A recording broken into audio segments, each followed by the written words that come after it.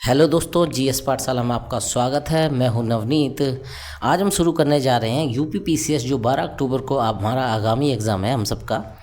मैंने भी दिया था, खैर इस बार नहीं दे रहा हूं, लेकिन हाँ, ये आगामी एग्ज़ाम जो 12 अक्टूबर को, उसके लिए एक बुक घटना चक्र, जो कि आप सब जानते होंगे, जिसके बारे में 2025 एडिशन है। देखिए 2025 का ये हिस्ट्री का पूर्वावलोकन है।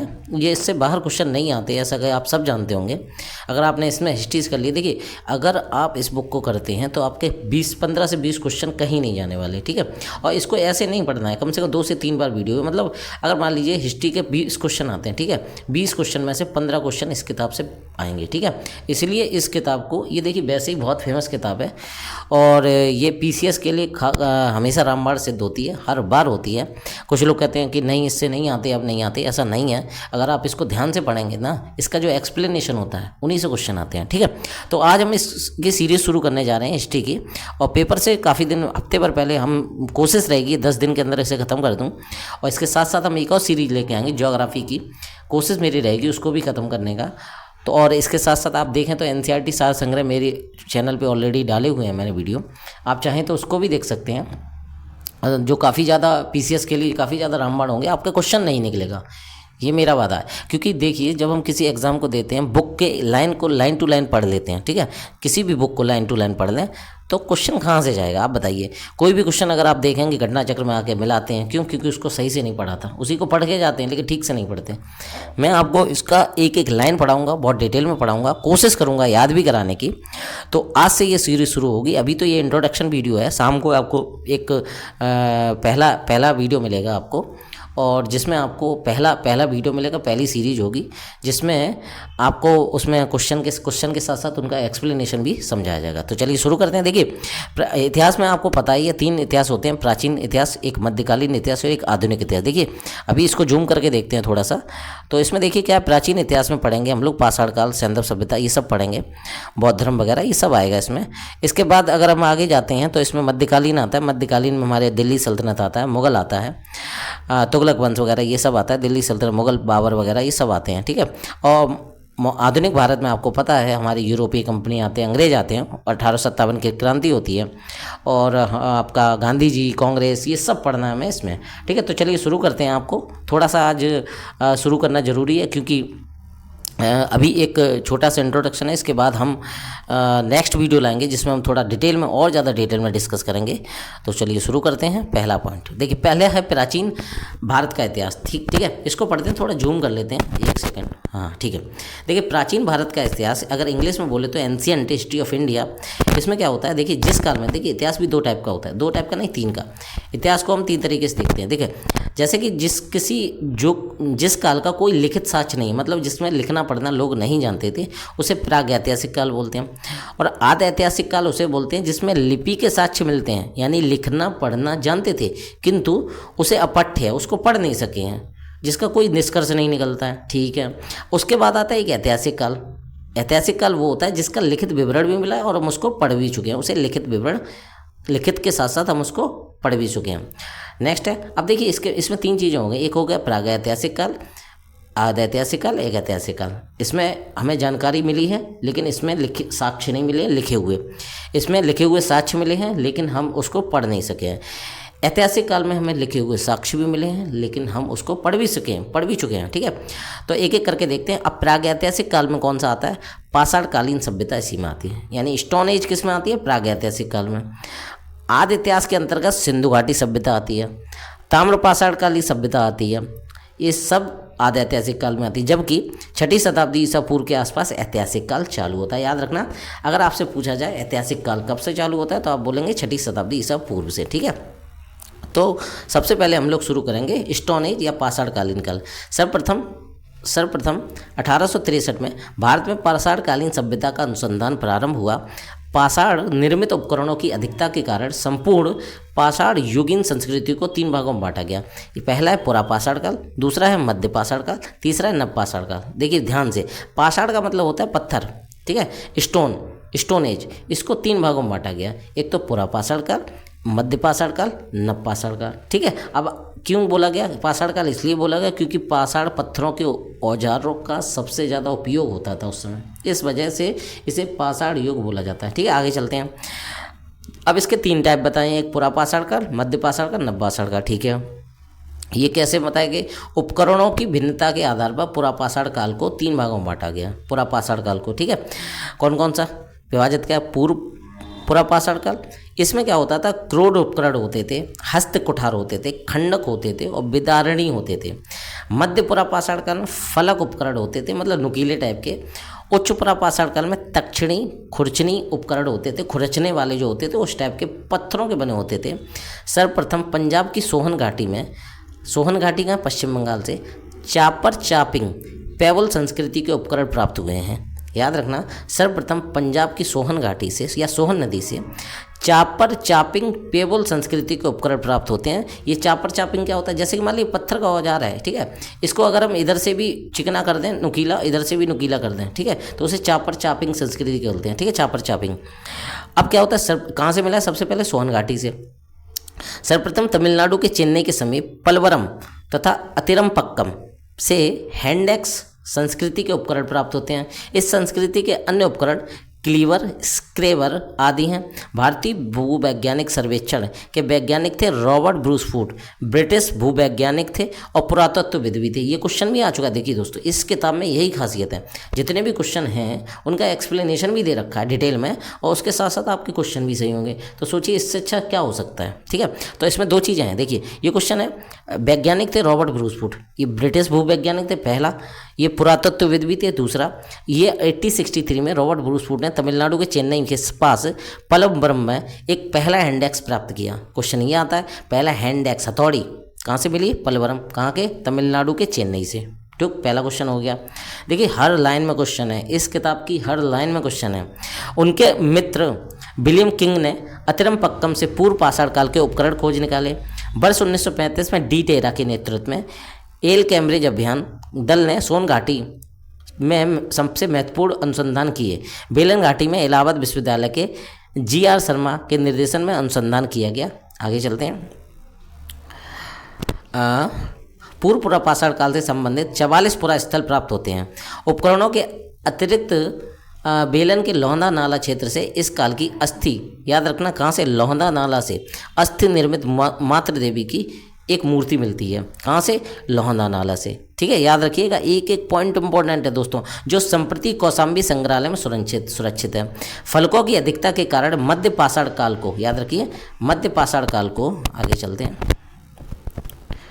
फलकों की अधिकता के कारण मध्य पाषाण काल को फलक संस्कृति या फलक व्रेड स्क्रेपर संस्कृति भी कहा जाता है। इन उपकरणों का निर्माण क्वार्टजाइट पत्थरों से किया गया था।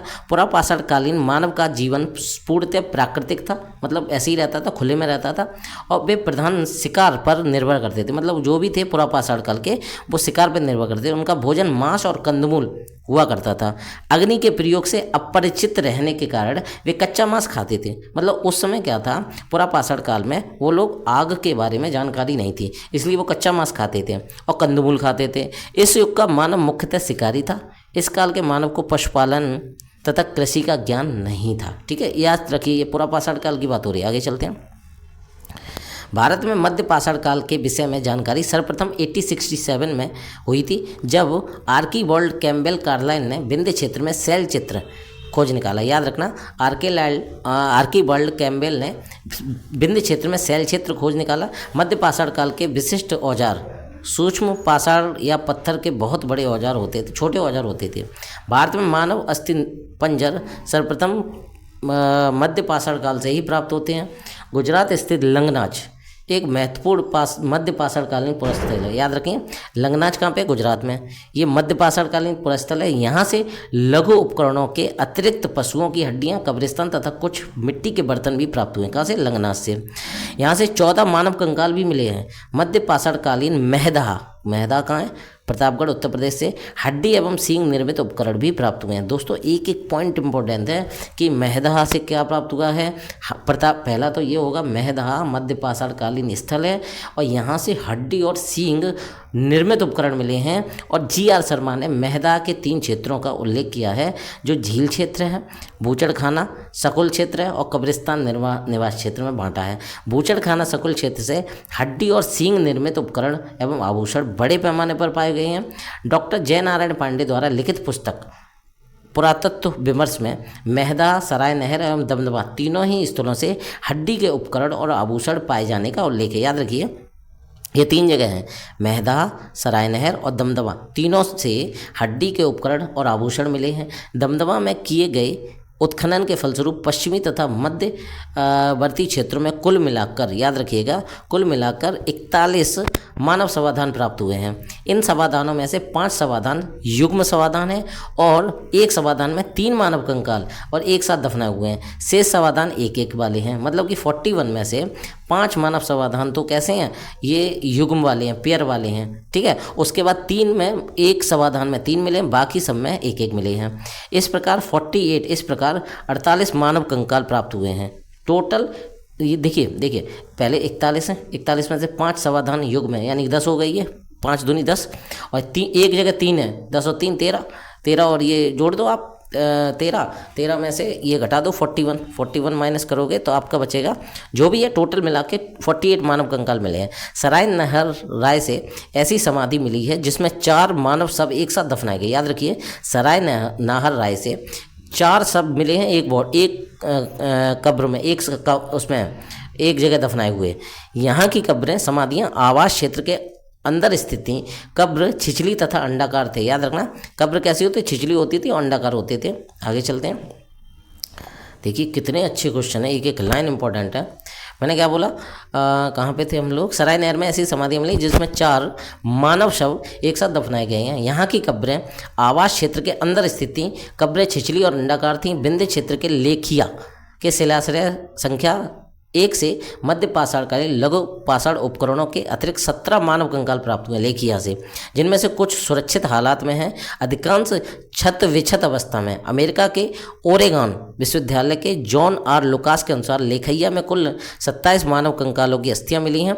पशुपालन का प्रारंभ मध्य पाषाण काल में हुआ है। एक क्वेश्चन ये भी बन गया, मध्य पाषाण काल से पशुपालन की शुरुआत होती है। नेक्स्ट है, पशुपालन के साक्ष्य भारत में आदमगढ़, याद रखना आदमगढ़ कहाँ पे, नर्मदापुरम एमपी में, और तथा बागौर भीलवाड़ा राजस्थान से प्राप्त होते हैं। याद रखना, राजस्थान के बागौर और आदमगढ़ से पशुपालन के साक्ष्य मिलते हैं। कहाँ पे, मध्य पाषाण काल के समय के। ठीक है। मध्य पाषाण काल के मानव, एक सेकंड, मध्य पाषाण काल के मानव जो थे वो कैसे थे, आगे देखते हैं। एक सेकंड थोड़ा सा इसका कलर चेंज करते हैं। हाँ अब ठीक है। मध्य पाषाण काल के मानव शिकार करके, मछली पकड़कर, खाद्य वस्तुओं का संग्रह कर पेट भरते थे। मध्य पाषाण के रायसेन जिले में स्थित भीमबेटका प्रागैतिहासिक शैल चित्रकला का श्रेष्ठ उदाहरण। याद रखना, एमपी में एक भीमबेटका गुफाएं मिली हैं रायसेन जिले में। याद रखना, इस बात को कई बार पूछा गया है और किसने खोजा वो भी मैं बताऊंगा आगे चल के। आई थिंक वाकनकर एक वो वैज्ञानिक थे, उन्होंने खोजा है। भीमबेटका कहाँ से मिला है, एमपी के रायसेन से। चित्रकला का विशिष्ट उदाहरण है। कब खोजा गया, ये मध्य प्रदेश के रायसेन में। ठीक है। अब तक 700 से अधिक शिलाश्रय प्राप्त हुए हैं, जिसमें से 500 चित्रकारी प्राप्त हुई हैं।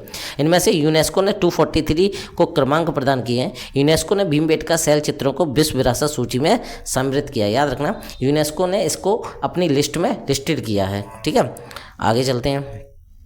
सर्वप्रथम खाद्यान्नों का उत्पादन नवपाषाण काल में आरंभ होता है। याद रखना, जो भी अनाज होते थे ये चालू होते हैं नवपाषाण काल से।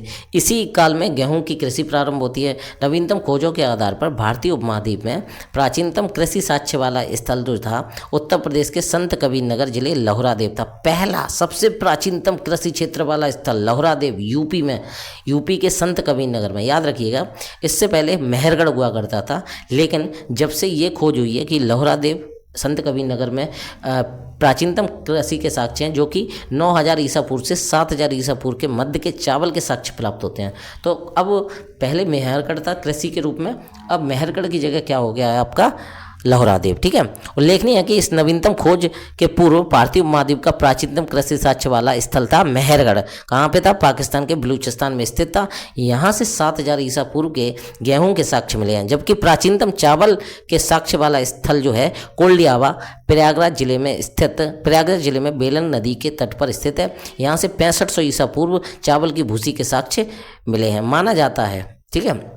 देखिए, चावल की बात की जाए या धान की बात की जाए तो कोल्डियावा कहाँ पे है, कोल्डियावा भी कहाँ पे, प्रयागराज जिले के बेलन नदी के तट पे। ठीक है, बेलन नदी के तट पे। ठीक है। माना जाता है चीनी के यांगची नदी, चीन के यांगची नदी के घाटी के लगभग 7000 ईसा पूर्व चावल उगाया गया। मक्का जो है मैक्सिको में उगाया गया। सबसे पहला साक्ष्य मैक्सिको से मिला है लगभग 6000 ईसा पूर्व में। मेहरगढ़ से पाषाण संस्कृति से लेकर हड़प्पा सभ्यता तक के सांस्कृतिक अवशेष मिलते हैं। ये भी इम्पोर्टेंट है। कौन सा ऐसा स्थल है जो हड़प्पा और पाषाण संस्कृति से दोनों मिले हुए हैं?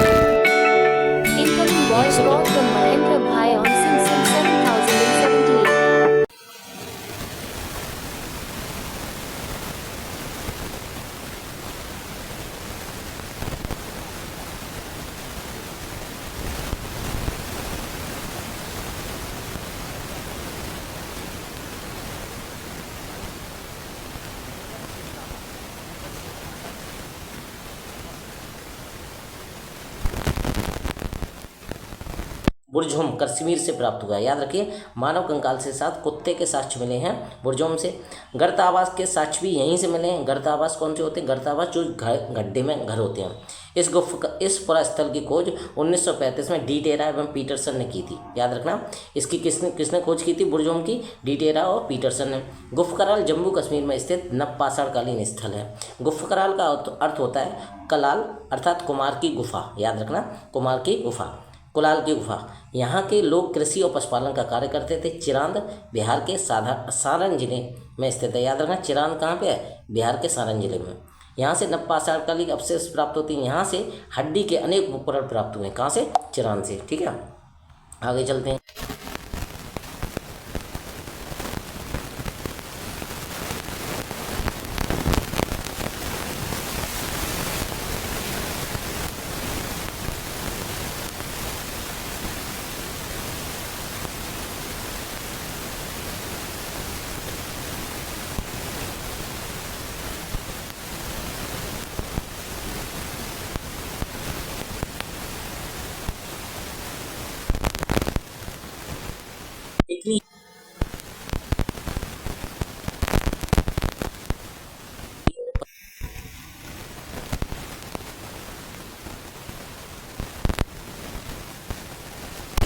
आग की जो खोज हुई थी वो नवपाषाण काल में हो गई थी। धातुओं में सबसे पहले तांबे का उपयोग हुआ था। इस चरण में पत्थर एवं तांबे के उपकरणों के साथ साथ प्रयोग जारी था। दोनों उपयोग करते थे, पत्थर और तांबा। इसी कारण इसे ताम्रपाषाणकालीन संस्कृति कहा जाता है, कैल्कोलिथिक कहा जाता है। ताम मतलब ताम्र और पाषाण मतलब पत्थर, दोनों का उपयोग होता था, इसलिए इसे कैल्कोलिथिक कल्चर कहते हैं या ताम्रपाषाणिक कल्चर कहते हैं। ताम्रपाषाणिक का अर्थ होता है पत्थर एवं तांबे के संयुक्त प्रयोग की अवस्था। भारत में ताम्रपाषाण युग की बस्तियां दक्षिण पूर्वी राजस्थान, पश्चिमी मध्य प्रदेश, पश्चिमी महाराष्ट्र तथा दक्षिण पूर्वी भारत में पाई गई हैं। ये चीज़ रट लेना। ठीक है, आगे देखते हैं। देखिए, एक एक लाइन इंपॉर्टेंट है, मैं तो कहूँगा इस किताब की। दक्षिण पूर्वी राजस्थान में अनेक पुरास्थलों की खुदाई हुई है। ये हैं अहाड़, बालाथल, बागौर, ओजियाना, गिलुंद। ये कहाँ पे हुए? दक्षिण पूर्वी राजस्थान में। ये पुरास्थल बनास घाटी में स्थित है। बनास घाटी में स्थित होने के कारण इन्हें बनास संस्कृति भी कहते हैं। देखिए नाम देखिए, राजस्थान में कौन कौन से स्थल हैं? अहाड़, बालाथल, बागौर, ओजियाना, गिलुंद। ये सभी बनास क्षेत्र में स्थित है, इसलिए इसे बनास संस्कृति भी कहते हैं। अहाड़ का प्राचीन नाम जो है ताम्बती था। ठीक है, अहाड़ का प्राचीन नाम ताम्बती अर्थात तांबा वाली जगह। गिलुंद, बालाथल, ओजियाना में घरों की चार दीवारी से घेरा गया था है। अहाड़ के पास गिलुंद में मिट्टी की इमारतें बनी हैं, किंतु कहीं कहीं पक्की ईंटें भी मिली हैं, लगी हैं। गिलुंद में तांबे के टुकड़े मिले हैं। अहाड़ संस्कृति 2100 से 1500 ईसा पूर्व अन्य ताम्रपाषाणिक संस्कृतियों से भिन्न है, क्योंकि जहाँ दूसरे केंद्रों में लाल व काले लेप के मृदभांड बने हैं, वहीं यहाँ पर इस लेप के ऊपर सफ़ेद रंग से चित्रकारी की गई है। कृष्ण लोहित मृदभांड परंपरा विशिष्ट रही, मतलब कि सब जगह काले लेप वाले मृदभांड बने हैं और इसमें क्या है, काले लेप के साथ साथ सफ़ेद रंग से भी चित्रकारी की गई है। मृदभांड बोले तो बर्तन, मिट्टी के बर्तन, मृदभांड मिट्टी के बर्तन। ठीक है, एक एक देखिए, एक एक लाइन। वहीं मैंने क्या बोला? कृष्ण लोहित मृदभांड परंपरा विशिष्ट रही है।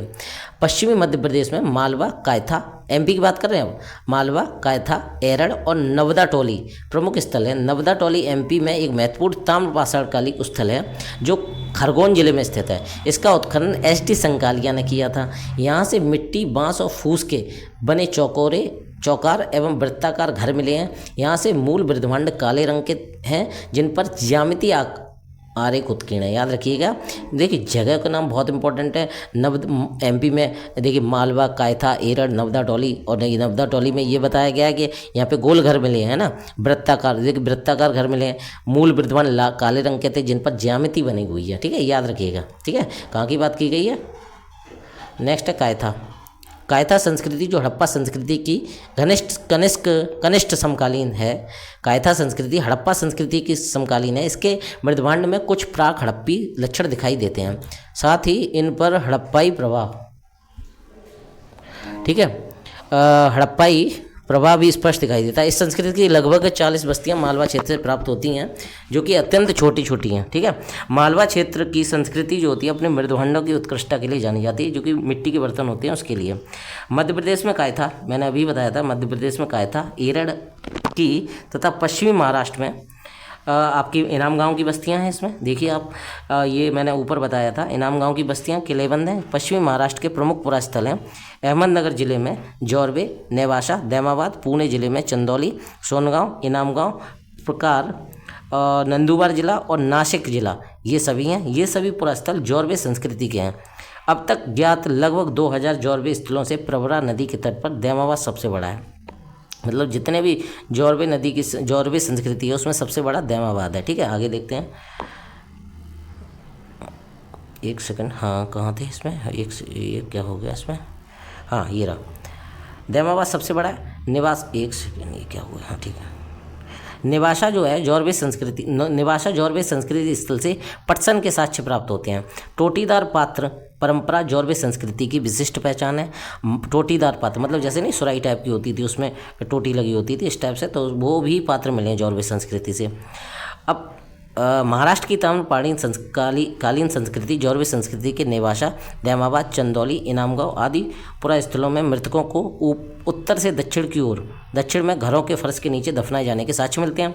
आरंभिक ताम्र पाषाणकाल अवस्था के इनामगांव स्थल पर चूल्हों सहित बड़े बड़े कच्ची के मिट्टी के मकान और गोलाकार गड्ढे वाले मकान मिले हैं। पश्चात अवस्था में 5 कमरों वाला एक मकान मिला है, याद रखना, पश्चात अवस्था में, उसके बाद वाली अवस्था में 5 कमरों वाला एक मकान, जिसमें से 4 कमरे आयताकार, एक वृत्ताकार। इनाम गांव में 100 से अधिक घर और अनेक कब्रें पाई गई हैं, अनेक कब्रें पाई गई हैं इसमें।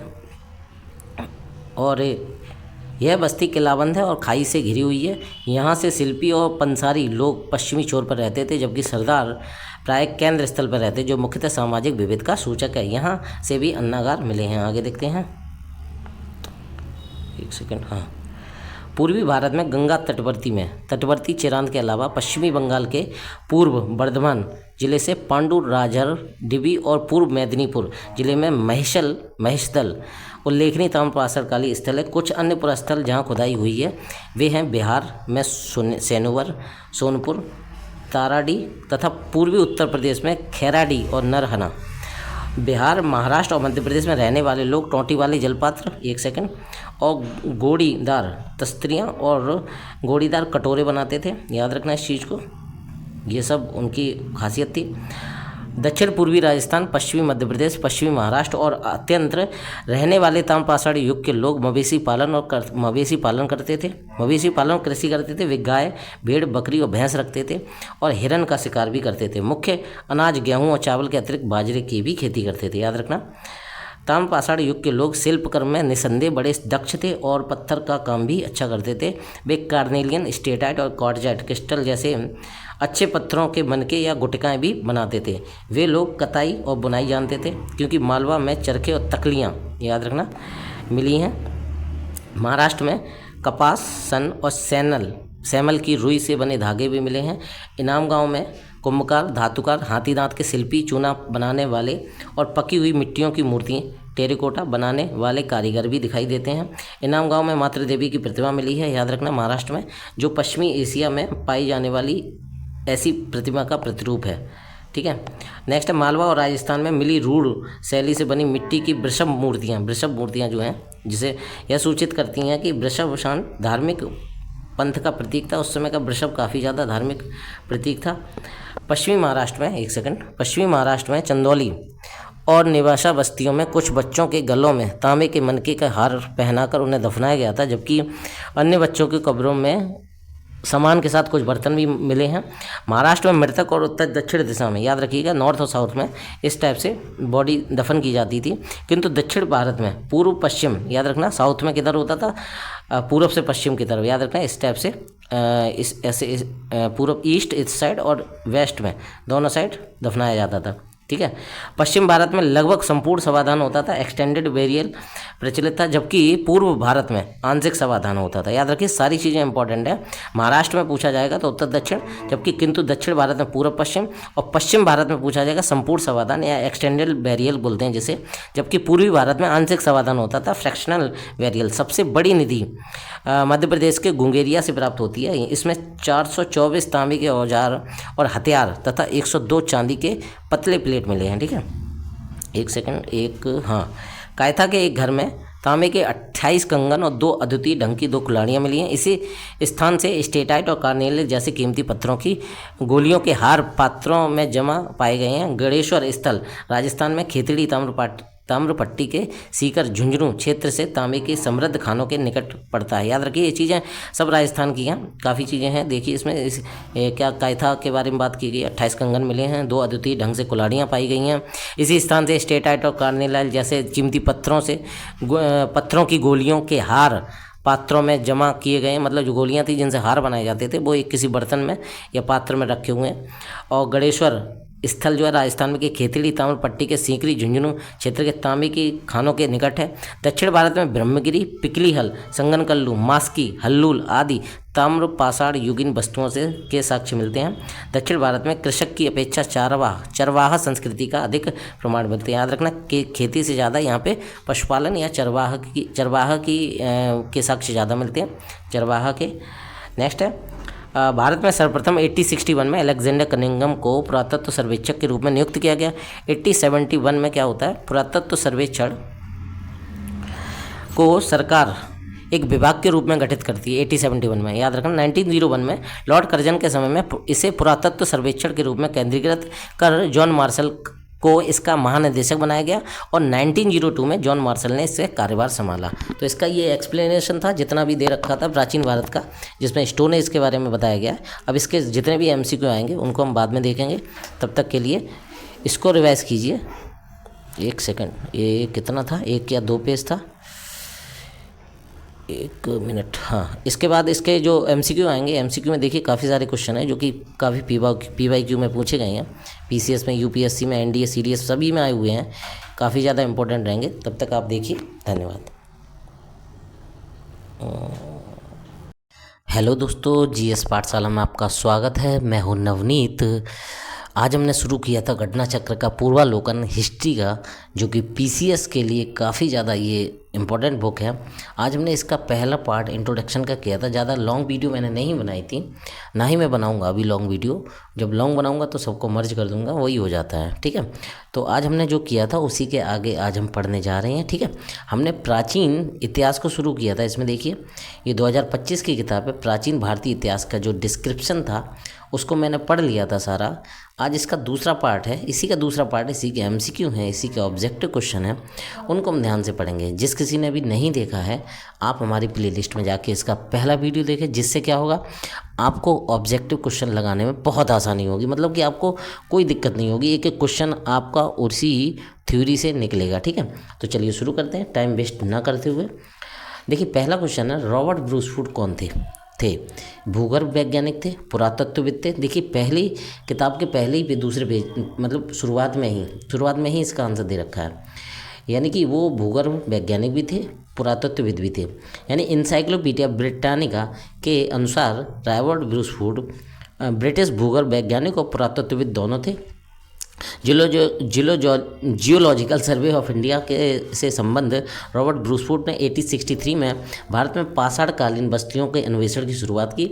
अतः स्पष्ट है कि प्रश्न का उत्तर A और B दोनों सही, यानी कि वो भू वैज्ञानिक भी थे और पुरातत्वविद भी थे। ठीक है, आगे चलते हैं। नेक्स्ट देखिए, कोपनहेगन संग्रहालय की सामग्री से पाषाण, कांस्य और लौह का त्रियुगी विभाजन किसने किया था? याद रखिए, ये थॉमसन ने किया था। जो कोपनहेगन संग्रहालय ने सामग्री से पाषाण, कांस्य और लौह 3 युग का विभाजन किया था, वो किया था थॉमसन ने। क्वेश्चन आंसर देखते हैं इसका। डेनमार्क के कोपेनहेगन संग्रहालय में 1818 ईस्वी में और 1820 ईस्वी में एक आयोग की रिपोर्ट के अनुसार सामग्री के आधार पर पाषाण, कांस्य और लौह युग का त्रियुगीन विभाजन क्रिश्चियन जर्गेनसन थॉमसन ने किया था। यद्यपि थॉमसन ने 1836 में इसी वर्गीकरण के अनुसार संग्रहालय की वस्तुओं का विवरण प्रकाशित किया था। तो इसका आंसर हो जाएगा थॉमसन। आगे देखते हैं। भारतीय इतिहास के संदर्भ में अलेक्जेंडर री, A.H. Longhurst, Robert swell, James Varghese और वॉल्टर इलियट किस गतिविधि से जुड़े थे? याद रखिएगा, ये पुरातत्व उत्खनन से संबंधित जितने भी थे ये सब थे। इन्होंने क्या किया था? इन्होंने उत्खनन के काम किए थे। देखिए फिर से इसका एक्सप्लेनेशन पढ़ते हैं। अलेक्जेंडर री, A.H. Longhurst, Robert swell, James Varghese और वॉल्टर इलियट पुरातत्व उत्खनन के लिए प्रसिद्ध थे, जिन्होंने मुख्य रूप से दक्षिण भारत के इतिहास के क्षेत्र में काम किया। ये देखिए आईएएस में आया, देखिए कितना इंपॉर्टेंट क्वेश्चन है। आईएएस प्री में भी आता है ये, यूपीएससी, यूपीपीसीएस सभी के लिए इंपॉर्टेंट बुक है। आगे चलते हैं, नेक्स्ट देखते हैं। उत्खनित प्रमाणों के अनुसार पशुपालन का प्रारंभ हुआ। पशुपालन का प्रारंभ कब होता है? देखिए मैंने बताया था मध्य पाषाण काल से। आपने जिस किसी ने भी अगर मेरा पहला वीडियो नहीं देखा तो प्लीज़ उसे ज़रूर देखें, क्योंकि उनके सारे क्वेश्चनों के आंसर मैं ये सारे क्वेश्चन के आंसर थ्योरी में एक्सप्लेन कर चुका हूँ। ठीक है, तो पशुपालन के आरंभ कहाँ से मिलता है? मध्य पाषाण काल से। मध्य पाषाण काल के अंतिम चरण में पशुपालन के साक्ष्य प्राप्त होने लगते हैं। ऐसे पशुपालन के साक्ष्य भारत में आदमगढ़ से, आदमगढ़ कहाँ पे? नर्मदापुरम एमपी में, बागौर और राजस्थान से मिलता है। राजस्थान के भीलवाड़ा जिला है उसके बागौर से मिलते हैं। याद रखना, दो चीज़ें याद रखना, पशुपालन के साक्ष्य आदमगढ़ से मिलते हैं और बागौर से। आदमगढ़ कहाँ पे है? एमपी में। बागौर कहाँ पे? राजस्थान में। आगे चलते हैं। मध्य पाषाणिक प्रसंग में पशुपालन के प्रमाण जहाँ मिले हैं वह स्थान है। देखिए अभी अभी हम लोगों ने पढ़ा आदमगढ़ से। आदमगढ़ कहाँ पे है? एमपी में, एमपी के नर्मदापुरम में। ठीक है, आगे देखते हैं। निम्नलिखित में से किस स्थल से हड्डी के उपकरण मिले हैं? दोस्तों हड्डी के उपकरण आपको मेहदा से भी मिले, सराय नहर से भी मिले हैं। ठीक है, तो ये क्वेश्चन थोड़ा सा विवादित है, आप इसमें अगर रहेंगे तो कोई सा भी लगा सकते हैं, हालांकि इसमें दोनों ही आंसर सही हैं।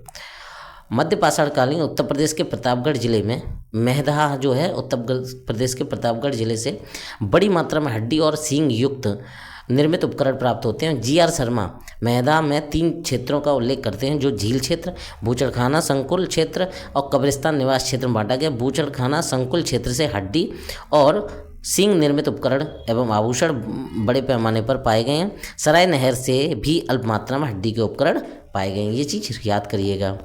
ठीक है, काफ़ी अच्छे इंपॉर्टेंट क्वेश्चन है। आगे देखते हैं। हड्डी से निर्मित आभूषण भारत में मध्य पाषाण काल के संदर्भ में प्राप्त हुए कहाँ से?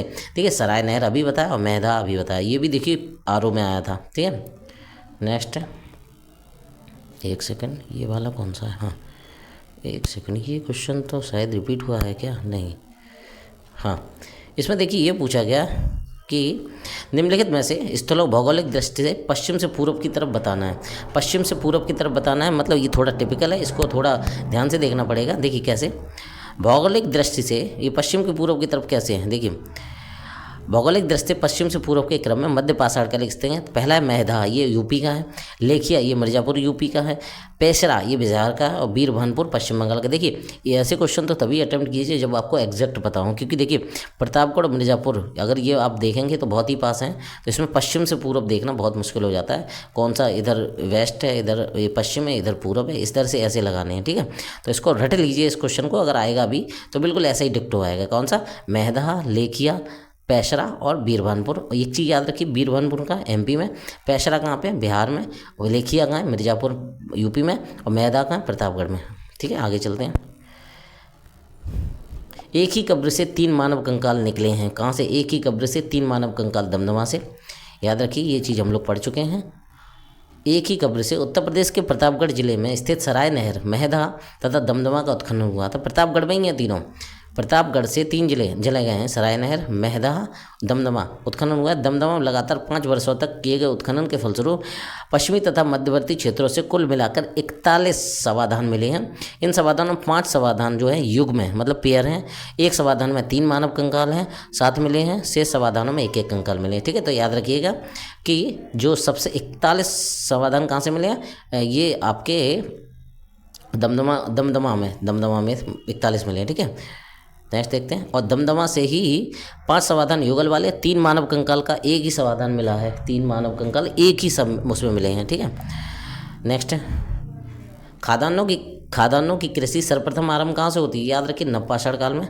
खाद्यान्नों का उत्पादन सर्वप्रथम नवपाषाण काल में हुआ। यही वह समय था जब मनुष्य कृषि कर्म से परिचित हुआ। याद रखना, नवपाषाण काल से ही कृषि से परिचित होता है। नेक्स्ट है, भारत में मानव का सर्वप्रथम साक्ष्य कहाँ से मिलता है, नीलगिरी पहाड़ियों से, शिवालिक पहाड़ियों से, नल्लामलाई या फिर नल्लामाला पहाड़ियों से, या नर्मदा। याद रखिए मानव के साक्ष्य जो मिलते हैं सबसे पहले नर्मदा से मिलते हैं, नर्मदा घाटी से, एमपी से। भारत का मानव का सर्वप्रथम साक्ष्य नर्मदा घाटी में अवस्थित हथनौरा सीहोर जिले में एमपी के नामक पुरास्थल से प्राप्त होता है। इसकी खोज किसने की थी, अरुण सोनकिया ने 1982 में। याद रखिएगा। नेक्स्ट देखते हैं, प्रथम मानव जीवाश्म भारत की किस नदी घाटी से प्राप्त होता है, याद रखिए ये तो अभी ही पढ़ा था, नर्मदा घाटी से है। ठीक है, नर्मदा घाटी से। आगे चलते हैं, मानव द्वारा सर्वप्रथम प्रयुक्त अनाज कौन सा था, याद रखिए जौ। मानव ने सबसे पहला अनाज उपयोग किया था जौ, ये भी रट लेना इसको। आधुनिक मानव समाज द्वारा मुख्य रूप से 8 खाद्य अनाजों का उपयोग किया गया, जो कि गेहूं, चावल, मक्का, बाजरा, सोरगम, राई और जई हैं। अनाजों के पौधे विभिन्न क्षेत्रों में जंगली घास के रूप में विद्यमान थे, जिन्हें बीजों के रूप में अलग अलग क्षेत्र में अलग अलग समय पर मानव ने उगाया। वैश्विक दृष्टि से देखा गया है कि सर्वप्रथम जौ, बार्ले जिसे बोलते हैं, 8000 ईसा पूर्व के आसपास भूमध्य सागर और ईरान के मध्य स्थित पश्चिम एशिया के देश में मानव द्वारा उगाया गया। बाद में लगभग इन्हीं क्षेत्रों में 8000 ईसा पूर्व के आसपास गेहूं भी उगाया गया। ठीक है, ये काफ़ी ज़्यादा इंपॉर्टेंट है।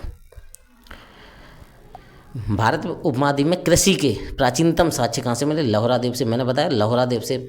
मेहरगढ़ और लौहरादेव अगर आ जाए, अगर लौहरादेव ना होता तो मेहरगढ़ लगाते। ठीक है, इसका देखते हैं एक्सप्लेनेशन, एक सेकंड।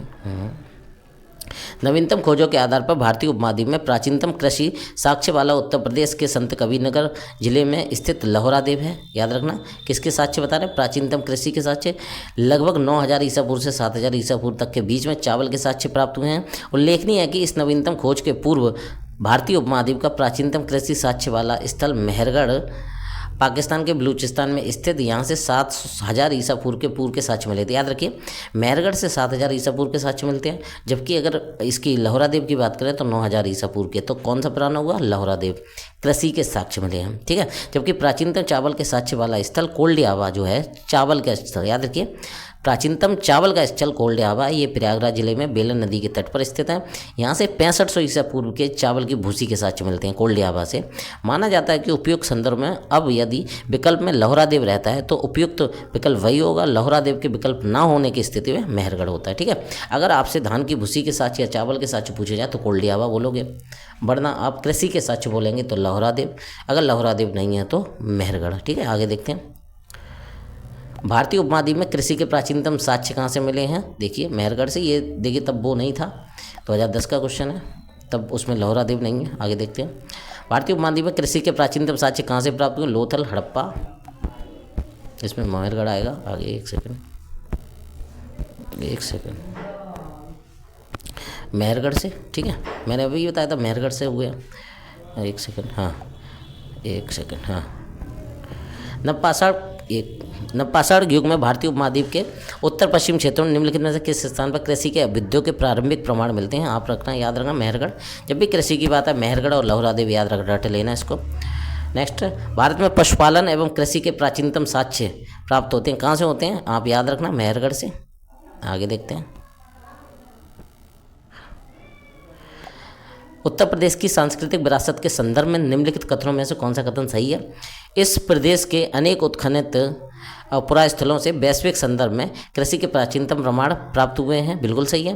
प्राचीनतम प्राप्त कृषि अन्न जौ और धान है, याद रखना प्राचीन कौन से हैं, जौ और धान। आगे देखते हैं, उत्तर प्रदेश की बात की गई यहाँ पे जौ और धान है। उत्तर प्रदेश प्रागैतिहासिक काल से संबद्ध संस्कृति विरासत का एक धनी रहा है। ध्यानतब है कि प्रदेश में वेलन नदी घाटी क्षेत्र में स्थित कोल्डियावा को लंबे समय तक विश्व में धान की खेती के लिए प्राचीनतम प्रमाण माना जाता है। याद रखना, धान की खेती के लिए मैंने भी बताया कोल्डियावा। इसी तरह वर्तमान में धान की खेती का प्राचीनतम प्रमाण प्रस्तुत करने वाला लौहरा देव भी उत्तर प्रदेश के संत कबीर नगर में स्थित है। और एक कथन सही है, उत्तर प्रदेश के अनेक उत्खनन स्थलों से प्राप्त प्राचीनतम कृषि अन्न जौ एवं धान्य के साक्ष्य मेहदा और धान्य के साथ कोल्डावा। याद रखना, मेहगढ़ और मेहरगढ़ जो है वो तो सॉरी ये तुम्हारा आपका ये नाम नहीं सही है। और धान के साक्ष्य आपके कोल्डियावा से मिलते हैं, ठीक है। धान के साक्ष्य मेहगढ़ से भी मिलते हैं और धान के साक्ष्य कोल्डियावा से भी मिलते हैं, ठीक है। आगे देखते हैं। उस स्थल का नाम बताइए जहाँ से प्राचीनतम स्थायी जीवन के प्रमाण मिलते हैं। याद रखना, मेहरगढ़। या इंपॉर्टेंट है, स्थायी जीवन मतलब लोग रहने लगे थे, वहाँ के साक्ष्य मेहरगढ़ से मिलते हैं। दिए गए विकल्पों में प्राचीनतम स्थायी जीवन के प्रमाण सर्वप्रथम बलूचिस्तान के कच्छी मैदानी स्थित मेहरगढ़ से मिलते हैं, जिसकी प्रमाणिक तिथि लगभग 7वीं सहस्राब्दी 7000 ईसा पूर्व है। जबकि किले गुल मोहम्मद एवं कालीबंगा की प्राचीनतम तिथि 4000 ईसा पूर्व से 3500 ईसा पूर्व है, यानी विकल्प डी सही है। आगे देखते हैं। निम्नलिखित में से किन स्थानों पर मध्य पाषाण काल में पशुपालन के प्रमाण मिलते हैं। पशुपालन के प्रमाण याद रखना, बागौर से। अगर बात की जाए पशुपालन के प्रमाण बागौर से मिलते हैं। ये कहाँ पे? राजस्थान में। मध्य पाषाण काल में पशुपालन के साक्ष्य प्रमाण प्राप्त होने लगते हैं। पशुपालक के प्रारंभिक साक्ष्य मध्य प्रदेश के नर्मदापुर के निकट आदमगढ़ पुरास्थल और राजस्थान के भीलवाड़ा जिले में बागौर में मिलते हैं। आगे देखते हैं। निम्नलिखित में से किसको चालकोलिथिक युग भी कहा जाता है? चालकोलिथिक युग ताम्रपाषाणिक को कहा जाता है। ताम्रपाषाण युग को चालकोलिथिक कहा जाता है। नेक्स्ट है,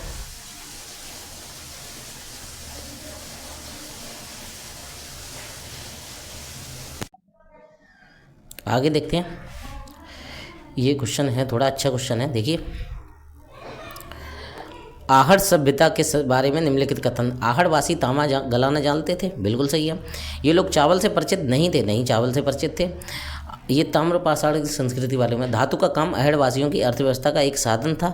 धातु का काम तो नहीं था इतना कुछ। और यहाँ से काले रंग के मृदभांड मिले हैं जिन पर सामान्यतः सफ़ेद रंग की ज्यामिति उकेरी गई। बिल्कुल सही क्वेश्चन है।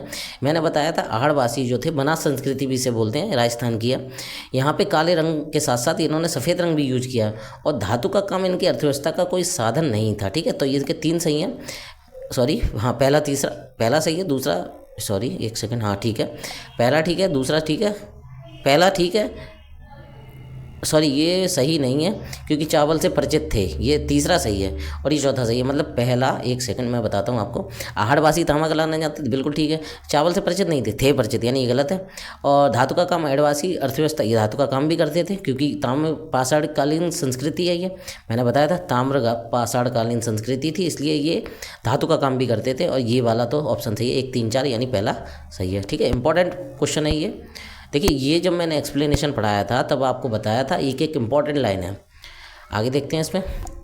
आहड़ दक्षिण पूर्वी राजस्थान में स्थित एक प्रमुख ताम्रपाषाणकालीन संस्कृति है। आहड़ संस्कृति के लोग मूलतः कृषक एवं पशुपालक थे। वे गेहूं, जौ तथा चावल से परिचित थे। याद रखना, गेहूं, जौ, चावल से परिचित थे। आहड़ का एक अन्य नाम था ताम्बती और तांबे वाला स्थान भी था, जिससे सूचित होता है कि यहाँ तांबा बहुतायत में उपलब्ध था। यहाँ के निवासी तांबे को गलाकर मनचाही वस्तुएं बनाते थे और धातु का काम आहड़वासी की अर्थव्यवस्था का एक प्रमुख साधन था। यहाँ से काले रंग के मृदभांड की प्राप्ति हुई है जिन पर सामान्यतः सफ़ेद रंग की ज्यामिति बनी हुई है, उकेरी गई है, ठीक है। यानी विकल्प ए सही है, ठीक है। आगे चलते हैं। देखिए, क्वेश्चन सारे इंपॉर्टेंट हैं। निम्नलिखित में से किस पुरास्थल से पाषाण संस्कृति से लेके हड़प्पा सभ्यता तक के सांस्कृतिक अवशेष मिलते हैं? याद रखना, मेहरगढ़। यहाँ पे याद रखिए, पाषाण से लेके सिंधु सभ्यता या हड़प्पा सभ्यता तक ये मेहरगढ़ आपका इम्पोर्टेंट रहता है, ठीक है। ये कहाँ पे? मेहरगढ़ कहाँ? बलूचिस्तान में। बलूचिस्तान पाकिस्तान में स्थित पुरा स्थल मेहरगढ़ से पाषाण संस्कृति से लेके हड़प्पा सभ्यता तक के सांस्कृतिक अवशेष प्राप्त होते हैं। ये इंपॉर्टेंट क्वेश्चन है, ठीक है। आगे चलते हैं। नवदा टोली का उत्खनन किसने किया था? नवदा टोली, याद रखिएगा, HD संकालिया ने। नवदा टोली MP में, देखिए नवदा टोली MP का उत्खनन डेक्कन कॉलेज पुणे के प्रोफेसर HD संकालिया ने कराया था। यह स्थल इस महाद्वीप का सबसे विस्तृत उत्खनन ताम्रपाषाणी स्थल है, याद रखिए सबसे बड़ा स्थल है ये MP का। कौन से? ताम्रपाषाण का, जिसकी तिथि लगभग 1500 से 1300 के मध्य निर्धारित की गई है। आगे देखते हैं, ये क्वेश्चन देखिए कई बार आया हुआ है, नवदा टोली किस राज्य में है? MP में। तो नवदा टोली किस राज्य में अवस्थित है? MP में। वैसे याद रखिएगा नवदा टोली सबसे बड़ा विस्तृत स्थल है ताम्रपाषाण संस्कृति का। नेक्स्ट आगे है, बृहत पाषाण स्मारकों की पहचान की गई है सन्यासी गुफाओं के रूप में, मृतक को दफनाने के स्थान पर, मंदिर के ऊपर, याद रखना मृतक को दफनाने के स्थान पर। बृहत पाषाण मतलब कि बड़े पाषाण का, महापाषाण, जैसे जो बॉडी होती थी उसको दबाया जाता था, उसके ऊपर बड़े बड़े पत्थर रख दिए जाते थे। तो बृहत पाषाण स्मारकों की पहचान की गई है मृतक को दबाने के स्थान के रूप में। ठीक है, आगे रखिए, आगे समझते हैं इसको। ये देखिए इसका एक्सप्लेनेशन, मतलब इस किताब की खासियत है एक्सप्लेनेशन इतना अच्छा दे रखा है। मैं देखिए एक यूथ की ओर कराऊंगा आपको, आप लोगों को यूथ की मॉडर्न हिस्ट्री और एंशिएंट हिस्ट्री, आपका क्वेश्चन बाहर नहीं जाएगा, ये मेरा वादा है। ठीक है, क्वेश्चन देखिए, नवपाषाण काल, एक सेकंड, नवपाषाण काल युगीन दक्षिण भारत में शवों को विभिन्न प्रकार की समाधियों में दफनाने की परंपरा विद्यमान थी। इन समाधियों को जो विशाल पाषाण खंडों से निर्मित थी बृहत पाषाण या मेगालिथिक के नाम से जाना जाता था। इनके विभिन्न प्रकार के होते जैसे शिष्ट समाधि, pit circle, cairn circle, dolmen, umbrella stone, hood stone और कंदरा मेहर, ये सब इसके वो थे टाइप। नेक्स्ट आगे देखते हैं, राग का टीला निम्नलिखित में से किस नवपाषाण कालिक स्थल से संबंधित है? याद रखिएगा संगन कल्लू है ये, कर्नाटक के मैसूर में, कर्नाटक में मैसूर के पास बेल्लारी जनपद में स्थित संगन कल्लू नामक नवपाषाण कालीन पुरास्थल से राग के टीले के प्राप्त होते हैं, राग के टीले मिलते हैं। ठीक है, संगन कल्लू से। संगन कल्लू कहाँ है? कर्नाटक में। ठीक है, कौन से उस पर है? मैसूर के पास है, बेल्लारी जनपद, वहाँ से। ठीक है, नेक्स्ट आगे देखते हैं, भीमबेटका किसके लिए प्रसिद्ध है? गुफाओं के शैल चित्र से। याद रखना गुफा के अंदर पत्थरों पर जो चित्र बनाए गए हैं गुफाओं के शैल चित्रों के लिए भीमबेटका प्रसिद्ध है। मध्य प्रदेश के रायसेन जिले के अब्दुल्लागंज के समीप स्थित भीमबेटका प्राग ऐतिहासिक शैल चित्रकला का श्रेष्ठ उदाहरण है। इन गुफाओं में जीवन के विविध रंगों की पेंटिंग के रूप में उकेरा गया है, जिनमें हाथी, सांभर, हिरन आदि के चित्र हैं। अब तक लगभग 700 शिलाश्रयों में से शिलाश्रयों की पहचान की गई, जिनमें 500 चित्र पाए गए हैं। ठीक है, 500 चित्र पाए गए हैं। आगे देखते हैं, निम्नलिखित में से कौन सा स्थल प्राग ऐतिहासिक चित्रकला के लिए प्रसिद्ध है? याद रखना प्राग ऐतिहासिक चित्रकला की बात की जाए तो भीमबेटका। याद रखना ये टाइम पीरियड जरूर याद रखिए, वरना आप अजंता वो लगाते हैं, ऐसा कुछ नहीं है। ये प्राग ऐतिहासिक काल में भीमबेटका फेमस है शैल चित्रों के लिए। नेक्स्ट है, भीमबेटका गुफाएं कहाँ स्थित है? आपको पता होना चाहिए, भोपाल, सिंगरौली, पंचमढ़ी या अब्दुल्लागंज, रायसेन। याद रखिए इस चीज़ को, रायसेन, MP रायसेन। ठीक है, भोपाल मत लगा देना। भारत में किस शैल श्रेय से सर्वाधिक चित्र प्राप्त हुए? भीमबेटका से सबसे ज़्यादा शैल चित्र प्राप्त होते हैं यहाँ से। आगे देखते हैं, ठीक है, भीमबेटका से बहुत क्वेश्चन आते हैं दोस्तों। निम्नलिखित में से किस भारतीय पुरातत्व वेदा ने पहली बार भीमबेटका गुफा को देखा और उसके शैल चित्रों के प्रागैतिहासिक महत्व को खोजा? याद रखिए ये थे वाकनकर, इन्होंने ही खोजा था भीमबेटका गुफाओं को।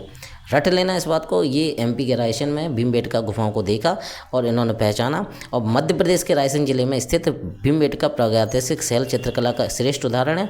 इसकी खोज 1957 में BS वाकनकर ने की थी।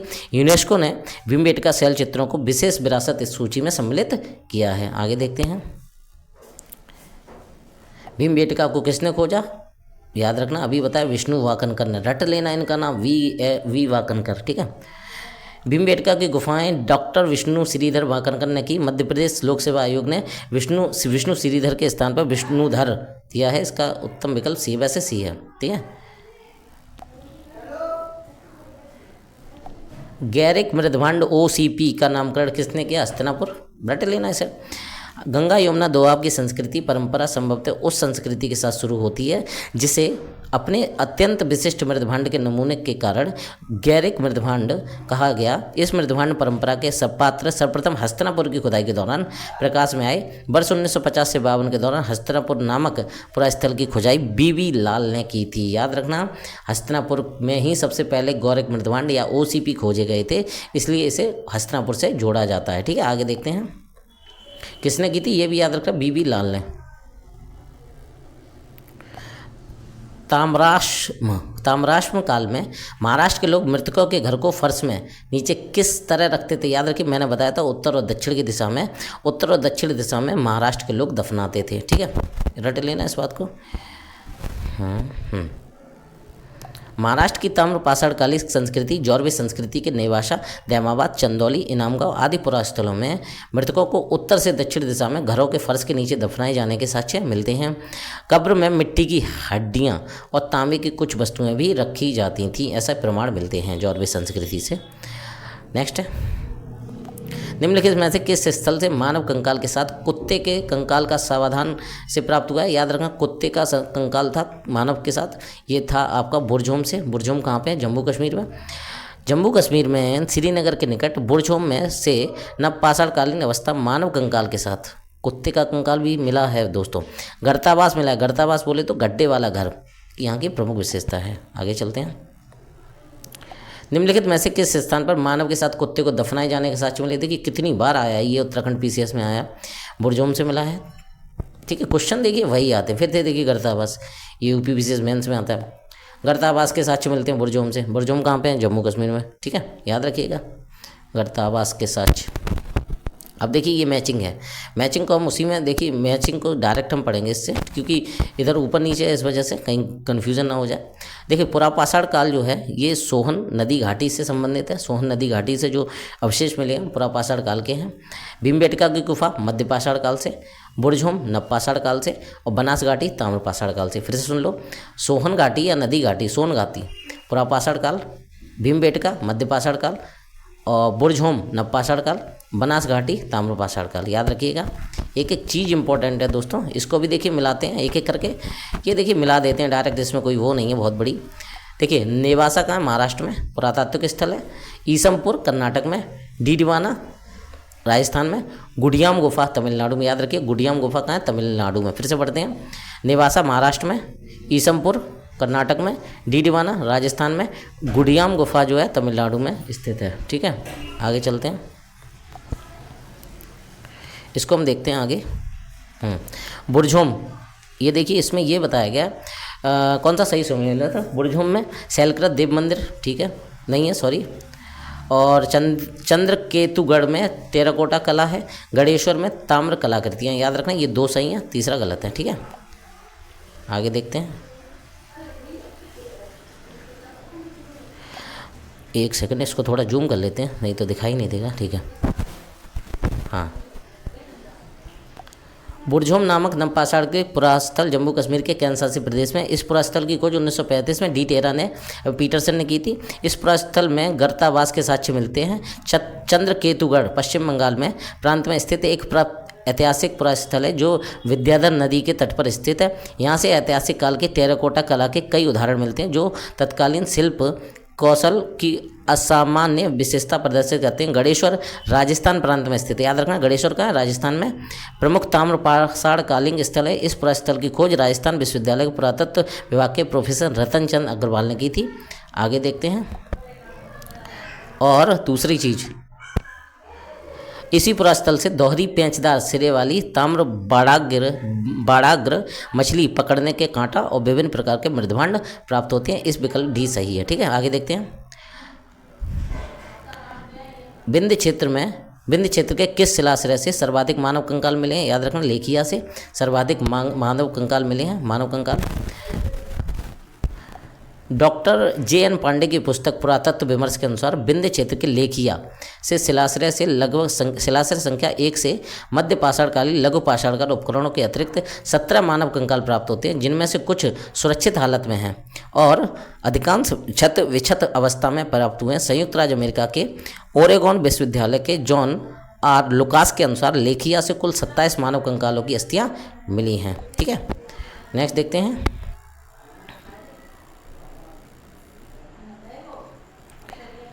विंध्य क्षेत्र के पाषाण युगीन लोगों ने नूतन भूतल काल के अंत में गंगा घाटी में प्रव्रजन किया। बिल्कुल सही। जलवायु परिवर्तन कारण इस काल में शुष्कता का चरण था। बिल्कुल सही है, दोनों ही सही हैं। देखिए विंध्य क्षेत्र में क्या था, विंध्य क्षेत्र जब वहाँ पे क्या नाम है, वहाँ पे जब समस्या होने लगी थी सिंधु क्षेत्र में, तो ये गंगा घाटी की तरफ गए थे पानी के लिए, और जलवायु जब चेंज हुआ, बरसात वो चेंज हुआ, तब ये ड्राई की वजह से ये सब हुआ था। आगे देखते हैं।